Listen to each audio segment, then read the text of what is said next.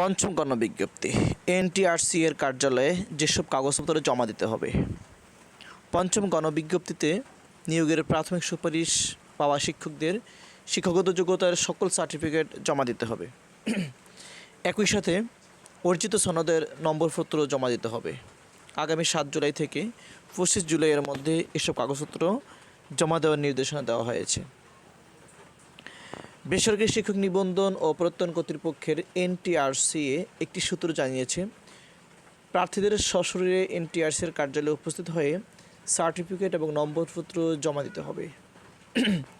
সকল কাগজ সত্যায়িত করে জমা দিতে হবে। সত্যায়িত করা না থাকলে কাগজপত্র জমা নেওয়া হবে না। জানা গেছে, প্রার্থীদের এসএসসি বা দাখিল, এইচএসসি বা আলিম বা সমমান, স্নাতক, স্নাতকোত্তর এবং শিক্ষক নিবন্ধনের সনদ ও নম্বরপত্রের সত্যায়িত কপি জমা দিতে হবে। একই সাথে জাতীয় পরিচয়পত্রের সত্যায়িত কপি জমা দিতে হবে। যদিও এনটিআরসি থেকে দেওয়া মেসেজে জাতীয় পরিচয়পত্রের কথা উল্লেখ নেই, কপিটা সাথে নিয়ে যাওয়া ভালো। হয়তো নাও লাগতে পারে, তবে সাথে নেওয়া রাখা ভালো।